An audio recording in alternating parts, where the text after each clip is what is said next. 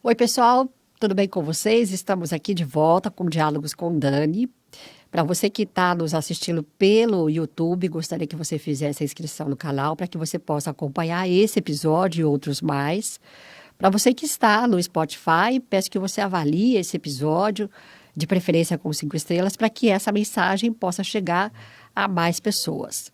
Hoje eu estou feliz da vida, ele está de volta comigo. Ele esteve comigo no Diálogos com Dani versão online e, a meu pedido, ele está aqui de volta. Ele é médico, urologista, Dr. Rodrigo Bocos, um dos médicos mais admirados que eu já passou por aqui, que eu gosto muito dele e eu já falei sobre o profissionalismo e a ética dele pessoalmente. Estamos aqui de volta. Obrigada, doutor, mais uma vez. Obrigado você, Dani, pelo convite. É sempre um prazer, né? Foi bem legal da última vez. Foi. E agora que você com um estúdio novo, né? Com esse formato aqui que é bem interessante, então satisfação estar aqui com você hoje. A alegria é minha. Doutor, eu queria começar perguntando uma pergunta que acho que nunca lhe fiz. Por que a urologia? Certo. Bom, a gente quando está na formação, na graduação, né? A gente tem contato com diversas áreas, né? Aliás, com basicamente todas as áreas dentro da medicina, né? E a hora que eu passei pelo estágio de urologia, né, foi uma área que me agradou, né, e é uma área que tem um campo grande de atuação, né, a gente atua tanto na parte hospitalar, parte ambulatorial, consultório, exames, né, então não é uma área que te abre muitas portas e muitas possibilidades, né, então esse foi uma das coisas que chamou a atenção. A outra coisa foram as cirurgias em si, né? Eram procedimentos que eu gostava, porque na maior parte são procedimentos muito resolutivos, né? Então, isso me chamou a atenção. São resolutivos, são rápidos e a gente muda ali a vida do paciente rapidamente e acabou, e é isso. Então, foram as coisas que me atraíram, assim, de cara, né? E aí depois, quando eu fiz a residência de cirurgia geral, que é um pré-requisito para urologia, né? Daí a gente dá uma mergulhada um pouco maior no estágio, né? Ver mais como é que é a rotina. E aí eu acabei me apaixonando pela área e segui ela finalmente, assim. Para as pessoas que estão nos vendo e nos assistindo, eu acho que é interessante a gente colocar. A urologia não é só a saúde masculina, certo, doutor? Do Não. que se trata a urologia? A urologia é uma área que a especialidade, na verdade, ela é responsável por todo o trato urinário, né? Tanto de homens quanto de mulheres, e o trato reprodutivo, também de homens e de mulheres, né? A gente divide aí com as mulheres um papel as mulheres com o ginecologista, né? O ginecologista ele tem a sua área de atuação com as mulheres, né? Do sistema Mas no reprodutivo, né, sistema doutor? reprodutivo e até no sistema urinário também, Tá. né? Bem comum um ginecologista tratar uma infecção urinária, por exemplo. Mas o nosso papel com as mulheres também é extremamente importante, né? A gente faz o segmento, por exemplo, um cálculo renal, né? Está cada vez mais comum as mulheres com cálculo renal. Então, isso quem trata é o urologista ou qualquer tumor, por exemplo, um câncer do sistema urinário, câncer de bexiga, câncer de rim, quem vai tratar é o urologista, né? Então, a gente tem esse papel dentro da saúde do sistema urinário e reprodutor, independente se é homem ou se é mulher. Até colocaram, quando souberam que você estaria de volta, falaram, Dani, pergunta para ele sobre os cálculos renais, né? Da onde surgem, qual inicialmente o primeiro tratamento, se ele puder falar, inclusive a pessoa deve estar nos vendo ou nos ouvindo, doutor. Certo. Na verdade, a primeira coisa a se fazer é a prevenção, Tá. né? O ideal é a gente não deixar formar o cálculo renal. Porque uma vez que ele está formado, dificilmente ele vai sair dali de uma maneira tranquila, né? Ou a gente vai ter que fazer algum tipo de procedimento, ou o cálculo vai acabar se soltando, saindo sozinho, e aí é que dá o grande problema dos cálculos, né? Que é a são as cólica dores, né, renal. doutor? Exato. Tá. A cólica renal ela vai acontecer a hora que o cálculo ele se mexe, ele obstrui o rim. E aí, quando esse rim ele está obstruído, ele vai dilatar e aí que vem as cólicas, né? É uma forma do organismo tentar expulsar esse cálculo, né? E aí não consegue, é quando a gente tem os problemas. Então, o ideal é a gente evitar que ele se forme, né? E Como eu como é que a faço gente isso? faz isso? Exatamente. Uma das coisas que são mais conhecidas, né? É tomar a quantidade de líquidos adequada, né? Então, se manter bem hidratado é um fator muito protetor, né? Para diminuir os cálculos. Mas talvez o mais importante seja equilibrar a dieta, porque os cálculos eles acabam se formando quando o paciente tem uma dieta que não é muito equilibrada, né? Principalmente dietas ricas em sal, né? Tá. Então, muito sal, produtos industrializados, né? Com muito conservante. Tem uma das substâncias que é a principal formadora de cálculo, chama oxalato. Essa substância, ela está presente em diversos alimentos, né? Tá. Então, por exemplo, folha de couve é muito rica em oxalato, Ah, né? As verduras verdes escuras, né? tá. Então, para quem come muita couve, repolho não, couve, espinafre, né? Tá. Acaba, quando for comer essas verduras, precisa refogar muito bem, cozinhar muito bem para quebrar o oxalato, Ah, tá bom. porque é uma das coisas que é o principal formador de cálculo, né? Outra coisa que é um erro muito comum que os pacientes eles falam, não, eu não posso tomar leite porque eu vou ter pedra. Ah, Na verdade, isso é uma mentira, né? A gente precisa ter uma fonte de cálcio, tá. porque a gente tendo uma fonte de cálcio também vai evitar que a gente forme cálculo renal. E aí tem toda a fisiologia aí envolvida nesse cálcio, né? Mas basicamente, de uma maneira bem simples, se você não consome cálcio, o seu corpo precisa de cálcio de algum lugar. Então, basicamente, ele vai mandar tirar do seu osso. Tá. E aí Tá. o seu rim ele vai ficar ávido ali por absorver e acaba podendo formar esses cálculos, né? Então, se você tem uma fonte de cálcio, você não precisa ficar o tempo inteiro reabsorvendo cálcio de outros lugares e você acaba que não vai favorecer a formação dos cálculos. É Doutor, basicamente isso. quando você fala, agora uma curiosidade minha, quando você fala sobre a hidratação adequada, você está falando sobre água, Sim, né? Para a gente, porque tem muita gente que fala assim, olha, você tem que tomar 2 litros por dia, 3 litros por dia. Qual é a média diária de água que uma pessoa deve, né? Vamos colocar assim, deve tomar? Qual que é a quantidade adequada? certo. A quantidade, o mais correto, na verdade, seria quanto a gente deve urinar por dia. Ah, é? Então, Ah, o ideal é a gente urinar pelo menos 2 litros de urina por dia. por dia, Por doutor. dia. E aí, só que assim, é muito difícil, né? Porque na privada ali você não tem um medidor, né, de Sim, sim, volume. Seria sim. até bom, né? Mas não tem um medidor de volume. Então, Tá. eu não tenho ideia, por exemplo. Quanto que eu urinei agora? Não Tá, sei, não pode ter sei. sido 100 ml, 300, 500. A gente não sabe disso, né? Tá. Então, aí a gente parte para o que é mais simples, que é mais fácil a gente quantificar o que a gente ingere. Uma medida muito simples, muito fácil, pelo menos 30 ml por quilo de peso. Então, por exemplo, uma pessoa que pesa 70 quilos, ela vai ter que tomar ali em torno de 2 litros e 100 Tá. de líquido De por água, dia. líquido, sim, tá. Então, é mais ou menos isso. Tá. Obviamente que isso vai depender muito da idade do paciente, porque o metabolismo vai mudar. Tá. Vai depender da atividade física. Se eu faço atividade física mais intensa no dia, eu já não consigo tomar só 2 litros, né? Eu vou ter que tomar bem mais. Se a minha atividade física for de 1 hora e meia, 2 horas, eu vou ter que tomar muito mais líquido do que só isso. Se é um dia quente, né? A gente passou agora por uma semana que estava extremamente quente, extremamente seco.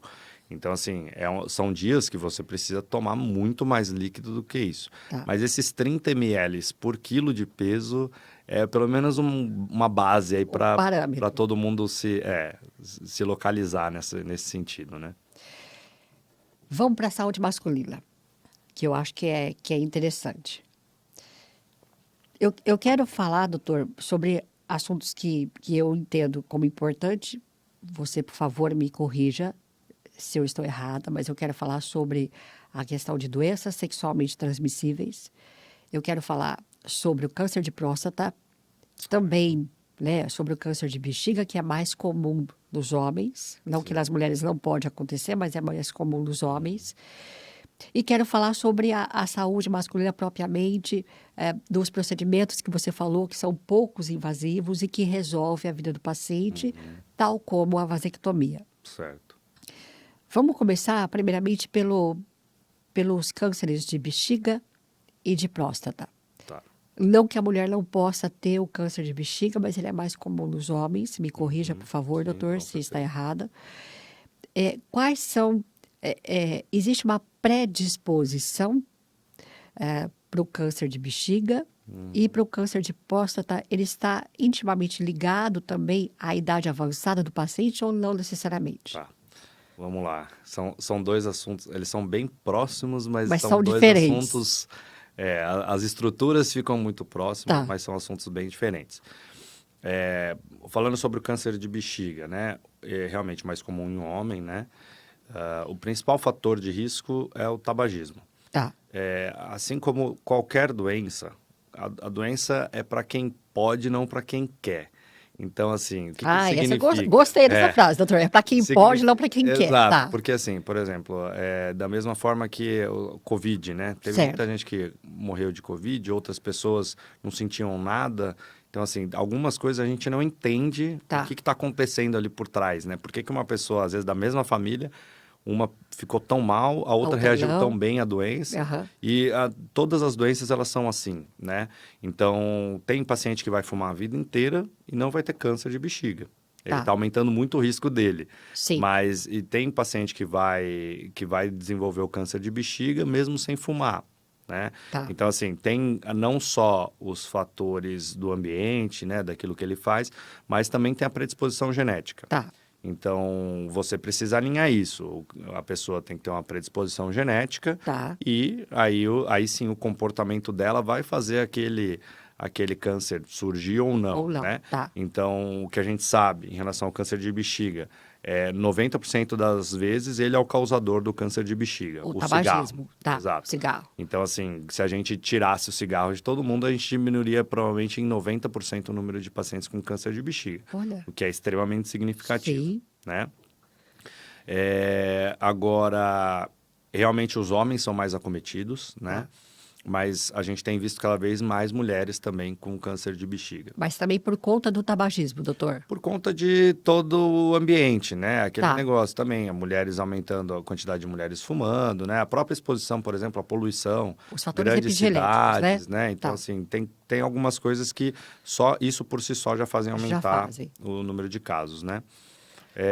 E o câncer de bexiga é um câncer agressivo, né? Então, a gente precisa ser agressivos também na forma de tratar. Tá. Então, o ideal é sempre diagnosticar ele quando pequeno, né? E aí a gente poder tirar ele o mais rápido possível, Tá. né? Por isso que é importante, quem é tabagista, por exemplo, tem uma carga tabágica já um pouco elevada.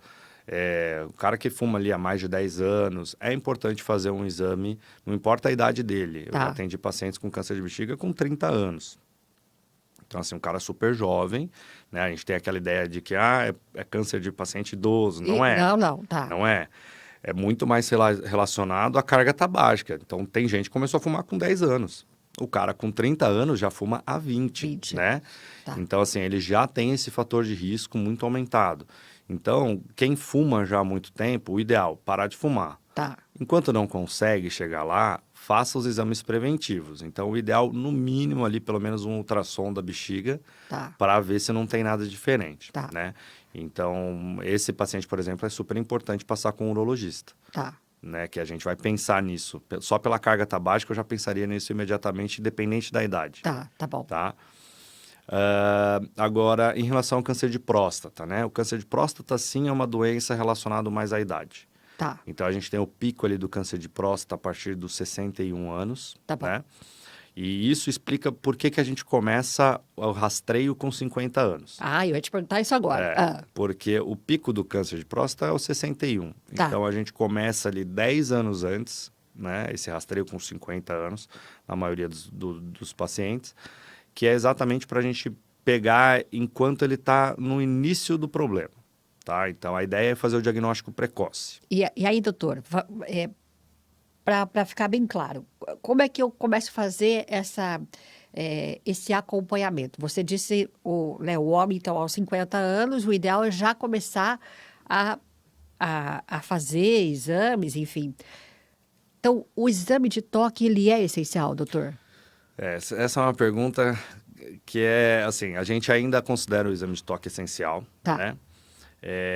Isso vem sendo discutido ao longo dos últimos Tá. anos, mas a gente ainda não tem um exame que seja simples, fácil, rápido de fazer no consultório, igual o toque retal, Tá bom. e que vai trazer tantas informações. É ele que, desculpe interromper, Não, então claro. é ele que, por exemplo, você pode pedir um PSA, que é o exame laboratorial, né, que obviamente é um marcador, mas ainda somente o PSA não é o que vai resolver. Então, Assim, como funciona o rastreio, né? Eu vou explicar. explica, doutor. A gente separa pacientes que têm, por exemplo, um pai ou irmão com câncer de próstata. Tá. Ou seja, ele tem a parte genética, ele tem um risco maior de ter câncer de próstata. Predisposto, né? Predisposição. Tá. Ou pacientes negros, a gente começa com 45 anos o rastreio. Ah, tá. Começa Então, antes. um pouquinho antes, Tá. tá? Por quê? Paciente negro também tem uma probabilidade um pouco maior de ter o câncer de próstata e eles tendem a ter um câncer de próstata mais agressivo, Ah, tá. tá? Agora, paciente caucasiano, a gente começa com 50 anos, Tá bom. tá? E os demais pacientes todos, né, aí 50 anos. Como é que a gente faz isso? Sempre com PSA e toque retal anual. Tá bom. E aí a gente vai partir para outros métodos de diagnóstico, dependendo desses valores de PSA e como for o toque. Tá bom. Tá? Mas aí já é uma área mais específica, a gente vai acabar indo depois para ressonância, biópsia, se for necessário, né? Mas o básico, toque retal e PSA, isso já resolveria o problema. O câncer de próstata e o de bexiga são silenciosos, doutor? Ambos. O de próstata é muito silencioso, né? Tá. Por isso que fazer o rastreio do de próstata é tão importante, porque ao contrário do que muita gente pensa, o cara chega ali com 50, 60 anos, começa a ter dificuldade de urinar, o jato urinário já não é tão forte. Aí a primeira coisa que eles pensam é câncer de próstata. Não é. Tá. Câncer de próstata, ele não dá sintomas. Ele só vai dar sintomas em estágios muito avançados. É por isso que a gente precisa rastrear ele. Antecipar, porque quando a gente consegue antecipar, a gente encontra o câncer de próstata, ele, na maioria das vezes, ele é curável, ou pelo menos muito controlável. Tá. Quando ele está muito avançado, daí a gente já tem muito menos armas contra ele, né? O câncer de bexiga, ele também pode ser silencioso. Tá. Então, o paciente não vai sentir nada, a priori. normalmente não. Tá. O jeito mais comum de a gente diagnosticar é quando o paciente tem sangramento na urina. Que aí ele sangra a urina por conta do câncer, ele não sente dor, não sente nada, mas tem um sangramento na urina. Tá. E às vezes esse sangramento pode sangrar 1, 2, 3 dias, parar e demorar para sangrar de novo. Então, assim, não é porque parou que eu não devo investigar, pelo contrário. Tá? Então, o sangramento na urina puro ali, do nada, é um sinal de alarme bem importante para pesquisar câncer de bexiga. Então, o que o doutor está falando é que, vamos falar do câncer de próstata, por exemplo, como ele é silencioso, ele não dá indícios, por isso que é interessante homens, a grande maioria, a partir dos 50 anos, começar a fazer um rastreio. Fazerem um rastreio, sim. Porque depois, se isso caminha, pode não ter outras consequências, né, doutor? Sim. Porque, a priori, quando que é preconizado a retirada da próstata? Tá. A gente tem alguns parâmetros para definir, né, quando vai retirar ou não.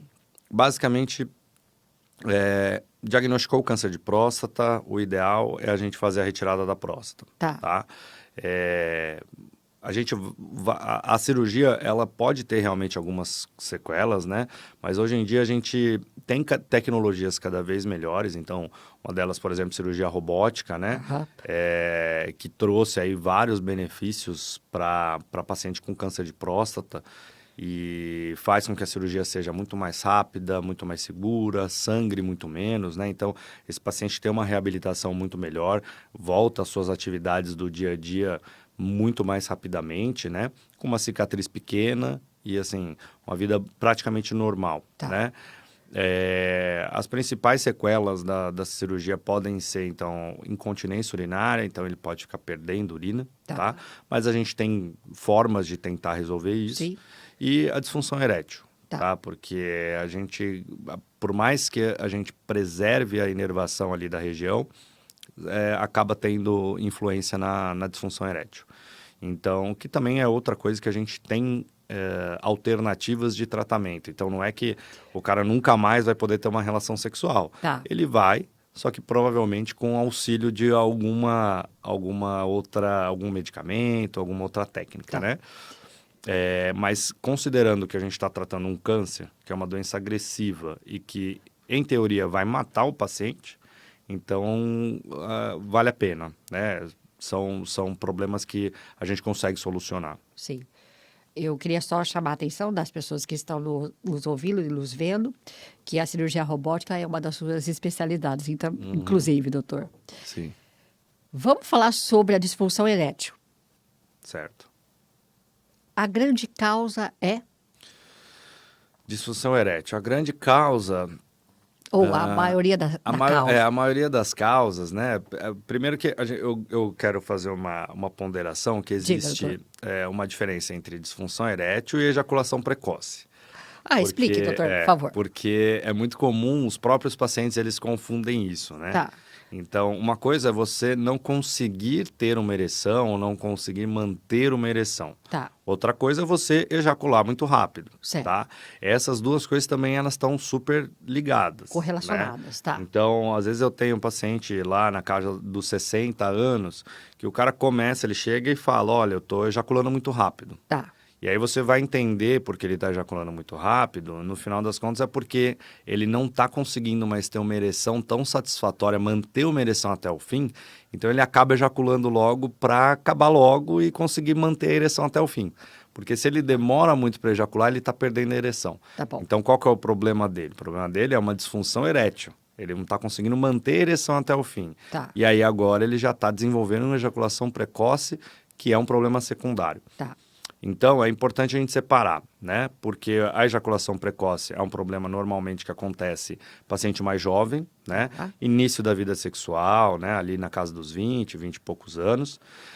Pode voltar, ou aparecer, né? Inicialmente, também na idade mais avançada, né? Por conta disso que eu expliquei agora. Sim, sim. E a disfunção erétil, ela é mais pacientes mais idosos, né? Então... aí a gente tem a causa principal é o próprio envelhecimento, né? Problemas cardiovasculares. Então, hoje em dia, a gente usa a disfunção erétil como um marcador para doença cardiológica. Então, tem paciente que chega lá e o cara fala, olha, eu não estou conseguindo ter uma ereção, né? Estou perdendo muito a ereção, não consigo manter ela até o final. Tá. A gente, obrigatoriamente, deve investigar a parte cardiológica dele, tá? Porque... No final das contas, o pênis ele é uma esponja, ele enche de sangue na ereção, né? Sim. Então, se o sangue não está chegando adequadamente no meu pênis, ele pode não estar chegando adequadamente em outros órgãos do meu corpo. É artéria, tudo é artéria. A gente é feito de veias, artérias, para todo lado. Então, se não está chegando sangue direito, não está enchendo o meu pênis o suficiente, será que meu coração também não pode estar sofrendo com isso? E isso é intimamente ligado. Então, assim, é obrigatório, tá? Então, eu sempre encaminho meus pacientes com disfunção erétil para uma avaliação cardiológica, certo. Tá? E o tratamento dessas duas questões é totalmente diferente. O tratamento da disfunção erétil, normalmente, é um problema realmente físico, né? Então, o cara tá ali com um problema para realmente encher o sangue de pênis. Tá bom. O pênis de sangue. Eu ia falar, eu acho o pênis de sangue. Tá. Agora, a ejaculação precoce já é um problema muito mais relacionado à parte psicológica, tá? Que pode estar correlacionado à ansiedade, doutor, por exemplo? 100%. Tá. 100% relacionado à ansiedade. Tá. Tanto é que o tratamento ele é feito com ansiolítico, né? Então, a gente usa aí os efeitos dos ansiolíticos para que a gente consiga diminuir os episódios de ejaculação precoce. Certo. E tanto é que é uma doença que vai atingir mais os pacientes que estão iniciando a vida sexual. Sexual. Então, é aquele paciente que ainda é imaturo, né? Ainda não entendeu como é que funciona a vida sexual, está se conhecendo ainda, né? Então, esses pacientes que acabam sofrendo mais de ejaculação precoce, a hora que ele consegue, né, já entra num ritmo que ele se conhece a parceiro, né? E consegue começar a controlar isso, ele melhora da ejaculação precoce. Interessante. E uma coisa, porque nós estamos falando, tentando até desmistificar, doutor. Eu acho que ainda há muita nebulosidade nesses assuntos, né? Apesar de ter melhorado muito, mas hoje muito mais, as pessoas falam mais abertamente nisso, né? Mas vejam que existe ainda nebulosidades em alguns assuntos. Antes de chegar na vasectomia, eu queria falar sobre as doenças sexualmente transmissíveis, né? Houve um aumento muito grande de uma década para cá, Sim. né? Então, números preocupantes. Queria que você explicasse o porquê desse aumento, se está atrelado a algum comportamento, né, da sociedade, e como que nós podemos tentar diminuir esses índices. Parece óbvia a pergunta, mas o óbvio ainda precisa ser dito, doutor. Bom, a gente realmente tem aumentado muito os casos, né, das doenças sexualmente transmissíveis. A gente está tendo uma epidemia de sífilis, por exemplo. Gonorreia é uma bactéria extremamente comum também sendo transmitida e cada vez mais resistente aos antibióticos que a gente sempre usou. Então, a gente às vezes tem que fazer 2, 3 tratamentos para finalmente conseguir resolver o problema do paciente, né? Tá. E assim, eu não sei te dizer exatamente todas as causas ali, mas isso é uma questão que a gente pode discutir, a gente precisaria refletir melhor. Sim. Mas eu acho que falta um pouco de campanha em relação a isso, né? Informação mesmo, doutor. Informação. Tá. Eu lembro que eu cresci ali na década de 90, que estava começando, estava muito em alta a questão do HIV. Então, eu lembro de muitas campanhas do Ministério da Saúde e era assim, todo mundo tinha medo e era camisinha para tudo que era lado e era muita informação, né, sobre o HIV. Então, tinha esse medo do HIV, né? E aí eu tenho a impressão de que a gente tinha mais acesso a essas informações, de que preservativo ele era algo muito mais em alta, né?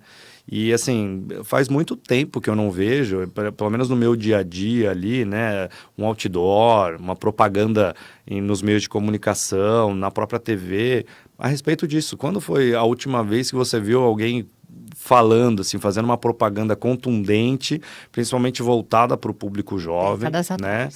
E, assim, a gente não vê, né? Eu não vejo. Eu acho que isso é uma função do Ministério da Saúde, né?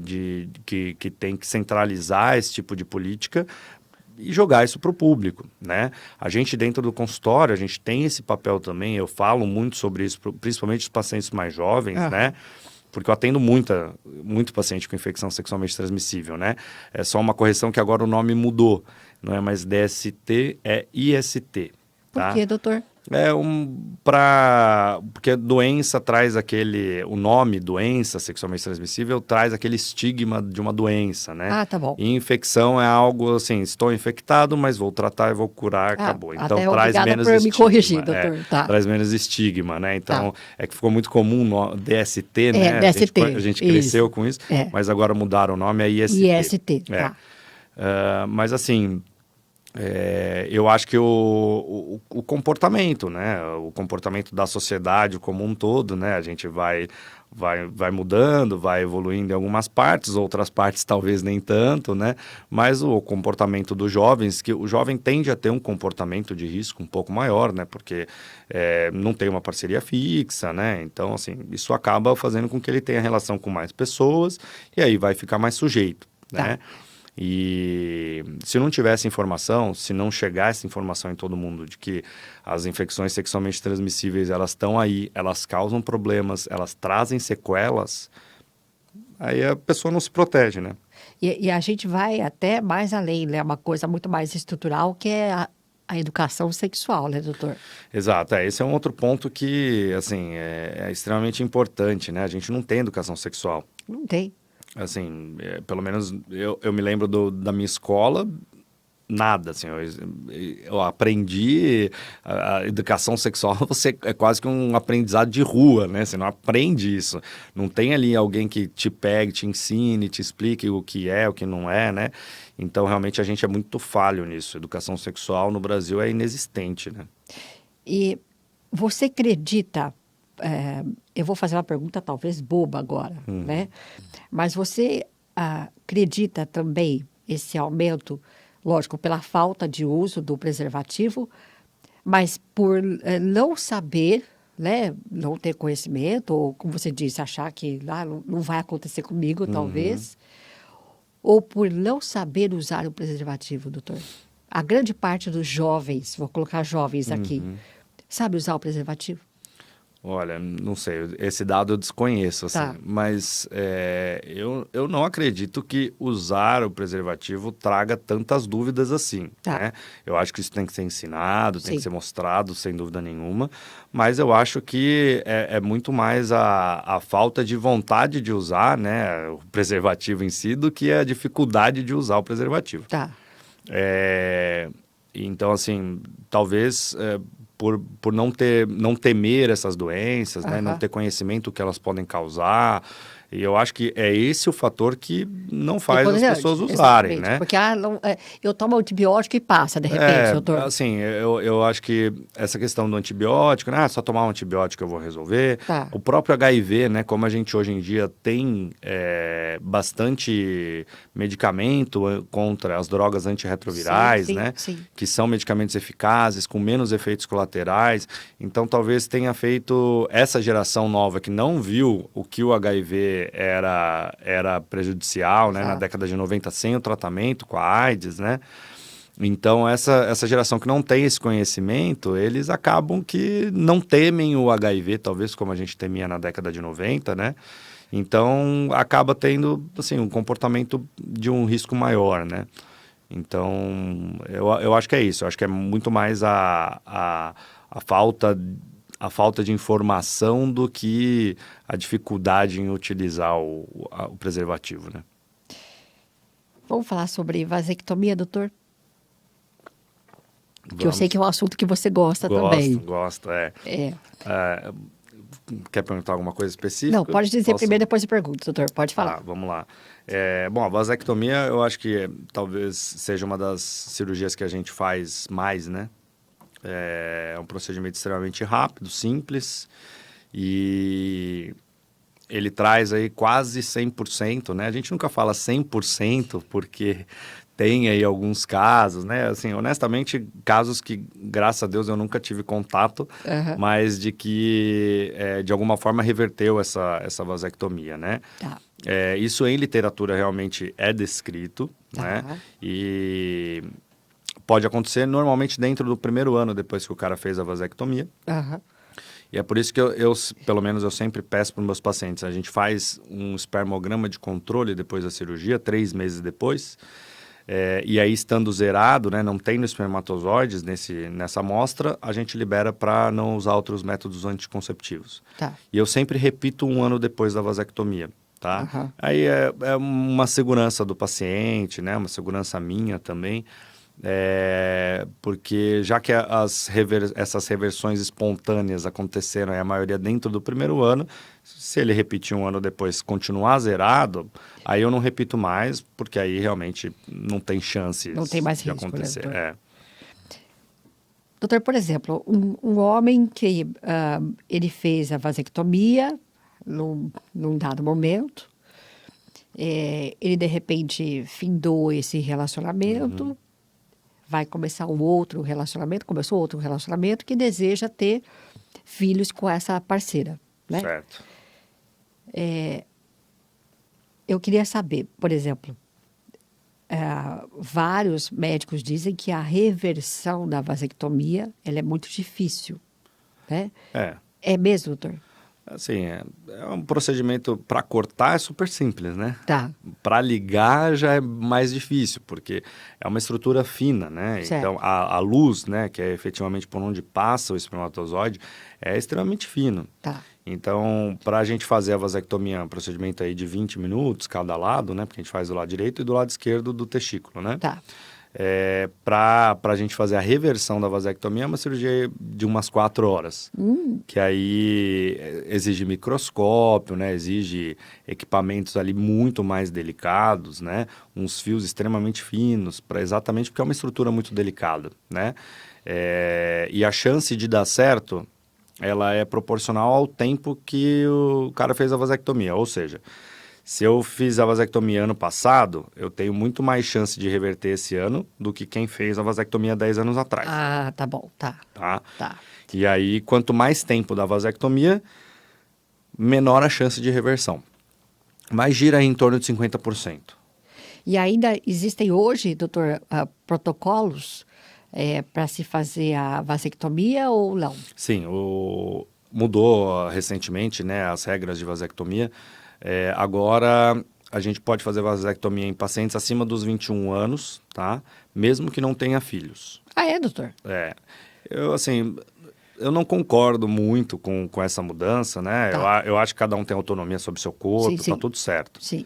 Mas um cara com 21 anos, eu não acho que ele tenha ainda uma maturidade ali o suficiente para determinar para o resto da vida que Discernimento, ele não quer ter filho, por entendeu? exemplo. Porque assim, quem com 21 anos tem estrutura psicológica, financeira e né, familiar e tudo isso pronto para pensar em ter filho. Então, se você perguntar para a maioria dos caras de 21 anos, Eles vão falar que eles não não. querem ter filho, Sim, né? Então, sim. assim, e aí você lá propor um procedimento que, tudo bem, ele tem a sua reversibilidade, Mas como o doutor disse mas agora há é tudo que pouco. eu expliquei. Isso. Então, assim, pô, existem outros métodos, né?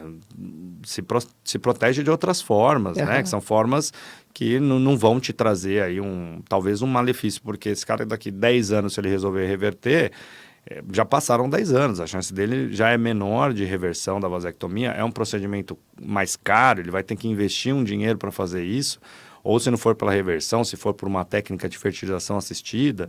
Então, assim, eu não concordo muito. Mas, Tá. de qualquer forma, é 21 anos de idade mínima, né? E aí, assim, qualquer idade com 2 filhos ou mais. Então, doutor, por exemplo, se um homem fez a vasectomia, mas ele deseja ter filhos e não quer, de repente, reverter, a outra possibilidade é a fertilização in vitro. Na verdade, a gente sempre... O ideal é propor para ele fazer a reversão, Tá, né? E tá, aí, não dando certo, faria uma fertilização, né? Um tá, procedimento para captar esse espermatozoide de outra forma. tá, Mas é mais simples fazer a reversão, deu certo, maravilha, resolveu o problema. tá, Senão, aí tem que captar o espermatozoide de formas mais invasivas, né? tá. Então, o ideal é evitar isso, né? Fazer primeiro a reversão, depois Pra uma depois. fertilização. Tá. E aí, como o doutor disse no início, a recuperação é rápida, né, doutor? A vasectomia é uma recuperação super rápida, assim, né? Eu tenho paciente que o cara é autônomo, então Tá. ele não quer afastar do trabalho. Eu sempre falo, né? Olha, vai com calma no dia seguinte, mas normalmente volta a trabalhar, consegue dirigir, pode fazer o que ele quiser. Você não pode pegar peso, fazer Sim, grandes sim. esforços, Sim, né? sim. Mas é uma cirurgia bem tranquila, assim, bem rápida a recuperação e muito pouca complicação, né? E para a gente ir finalizando a nossa conversa, eu sei que o doutor já trabalhou, principalmente na Unicamp, nessa área, participando de algumas cirurgias, sobre o transplante de rim, doutor. Certo.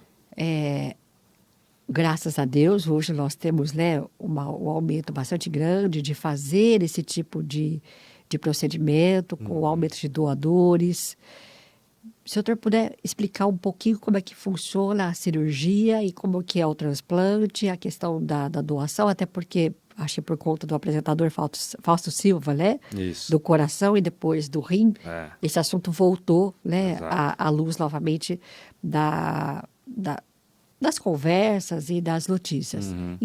Explica um pouco, doutor. É importante a gente falar sobre isso porque eu acho que esse assunto do Faustão, né, ele trouxe, puxou muito esse assunto, né, ficou um Foi. assunto muito falado e talvez as pessoas confundam um pouco o que estava acontecendo ali na história dele, né, e achando que ele estava furando fila e que Aham. estava acontecendo alguma coisa diferente de um Isso. paciente do SUS, por exemplo. Aham. Então, eu não trabalho efetivamente hoje em dia mais com transplante, né? Mas trabalhei por alguns anos Isso. durante a residência. E assim, o que a gente vê realmente é uma idoneidade absurda no processo inteiro, né? Tá, Esse processo, ele é um processo que ele não favorece A ou B. tá. Ele vai favorecer o paciente que mais precisa, né? Uhum. Eu não posso te falar sobre os outros órgãos, né? Sim, sim. Porque cada órgão tem a sua fila e tem o seu sistema, as suas regras, né? E que vão fazer com que um paciente ele se torne prioridade número 1 no país inteiro, de acordo com a gravidade. Então, se tem alguém que vai morrer mais rápido e Aham. precisa daquele órgão, aquela pessoa ela vai se tornar prioridade, que era basicamente o caso dele, né? E a outra coisa que é extremamente importante é a compatibilidade, porque não adianta eu, por exemplo, vou doar um rim para você e a gente não é compatível, Tá. não adianta nada. Você, Aham. mesmo você sendo a primeira da fila, você não vai receber o meu rim, porque você não é compatível comigo. Esse rim vai te dar problema, não vai te trazer uma solução. Então a gente tem que avaliar tudo isso, gravidade da doença e a compatibilidade, né? No transplante de rim, a gente tem a possibilidade de fazer o transplante de rim com doador cadáver, né? Então, Tá. com pacientes que têm a morte cerebral, né, Uhum. identificada, e eles são doadores. Então, um paciente acaba doando para 2 pacientes, né, Tá. nessa situação. E a gente tem o transplante intervivos. O que isso significa? É um paciente vivo doando um dos rins para um paciente que está precisando, né? E aí esse paciente vivo vai ficar com um dos rins, Esse certo, doutor? paciente vai ficar com um Tá, rim só. tá. Então, assim, precisa ser um paciente saudável, né? Porque se eu tiver com meus problemas pessoais ali, eu não posso doar um rim meu, Sim, sim. né? Tá. Então, primeiro, um paciente saudável. Saudável. Segundo, um paciente compatível, né? Existem alguns testes, né, que a gente faz para identificar essa compatibilidade sanguínea, né?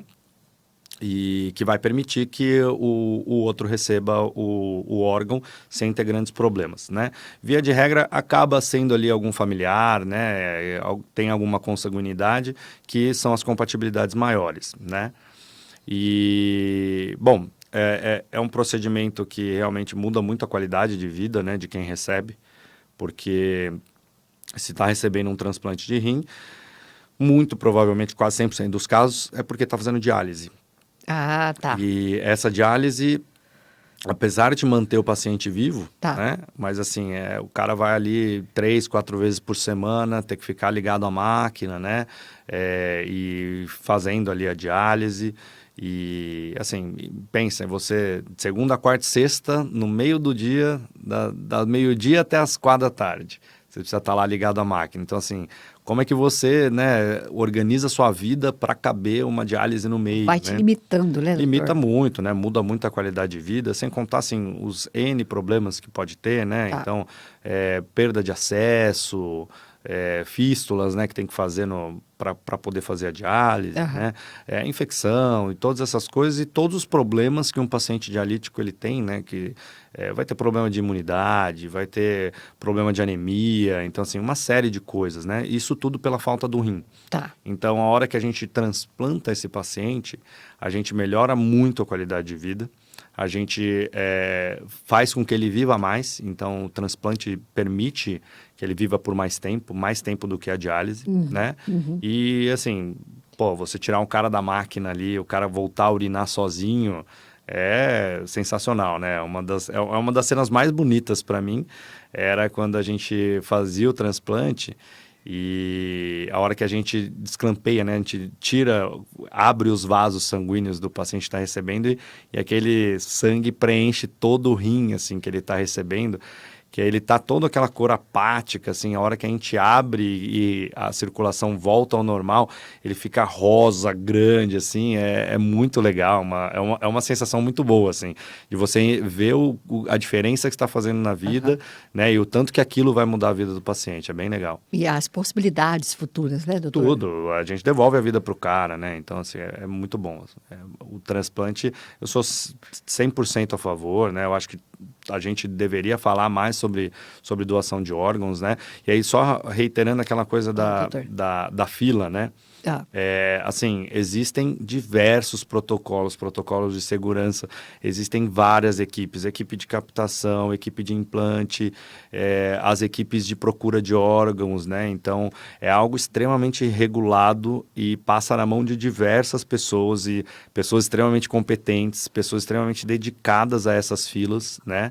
E não tem esse negócio de, fulano vai receber antes de ciclano, não tem, isso não totalmente existe. proibido, e são, assim, fontes diferentes, né, controlando a mesma fila, e é algo extremamente auditável, assim, então tá lá para quem quiser ver e não tem como ter uma manipulação nesse sentido, né? Então, é algo que eu sou muito a favor, eu fiz parte por muitos anos desse processo todo, eu sempre me admirei a organização e como tudo funcionava e continuo sendo fã, assim, do pessoal, principalmente quem trabalha com isso no dia a dia, eu acho, assim, sensacional. Legal. Doutora, algo que eu não perguntei que você queira falar, que você acha importante? Olha, eu acho que é importante a gente frisar essa questão, né, de que o urologista ele não é o médico do homem. O urologista ele é o médico do homem e da mulher. E da mulher. Né? Eu gosto bastante de acompanhar mulheres no consultório. Verdade. Né? Eu tenho uma procura grande assim pelo público feminino, né? Por diversas questões de incontinência urinária, sim, infecção de urina de repetição, cálculo renal, alguns casos de câncer, né? Uhum. Então, eu acho que é extremamente importante as mulheres terem em mente que o urologista não é o médico do homem. Não é só o médico do homem. O urologista é o médico do sistema urinário. Isso. Então, assim, eu gosto bastante dessa área, gosto bastante de tratar a paciente mulher, né? Então, fica o recado, eu acho que as mulheres precisam entender o urologista como um parceiro, assim como o ginecologista. Não como o parceiro do marido dela. Do marido dela. Então, é importante isso. E para os homens fica sempre o recado, né? De se cuidar, de procurar o apoio, né? Aí sim, para o homem, eu acho que o urologista é um médico mais de referência, né? Uhum. Então, a gente tem esse papel como, não só urologista, mas como um médico geral do paciente, sim, né? Sim. Então, a gente tem totais condições de fazer diagnóstico de outros problemas que não relacionados só à minha especialidade, né? Então, e a gente tem que aproveitar esse momento que o homem está lá e pegar ele ali pelo colarinho e falar, agora a gente vai fazer tudo o que você precisa. Exato. Né? Porque eles vão assim, uma vez no ano. Então, ele separou para ir com você, então aproveita e faz tudo. Sim, né? sim. Então, acho que... só que é importante o homem entender que para viver mais, precisa se cuidar mais. Então, isso é sempre, a vida inteira. Se for a partir dos 50 anos só, não tem problema, ainda tem tempo. Tá. Mas o ideal é sempre que você puder, tiver com vontade e achar que algo está diferente, consulta um médico e o urologista é sempre um médico bom para isso. No mínimo, uma vez ao ano, certo, doutor? No mínimo uma vez ao ano. Aí a frequência eu determino depois, mas assim, pelo menos uma visitinha no ano. Uma visita, né? Sim. Muito bom. Olha, se você, assim como eu, gostou dessa conversa, você curte e compartilha aí. Doutor, queria agradecer demais a sua presença mais uma vez. Muitíssimo obrigada por atender meu convite. Queria fazer um brinde com você, desejando saúde a você, a todos os seus. A todos nós. Não é? E obrigado mais uma vez pelo convite. É sempre um prazer a gente estar aqui. A gente se encontra de vez em quando, né? Nos corredores ali. Sim. Bate um papo ali sempre meio rápido, mas é muito bom a gente poder compartilhar essas experiências, né? E eu desejo muito sucesso aqui ao seu podcast, né? Eu acho que é um projeto muito legal, que tem a sua cara, né? Então, é muito bom estar aqui. Obrigado. Você faz parte disso, doutor. Obrigado. Obrigada, gente. Um beijo. Até a próxima. Obrigada, doutor, mais uma vez.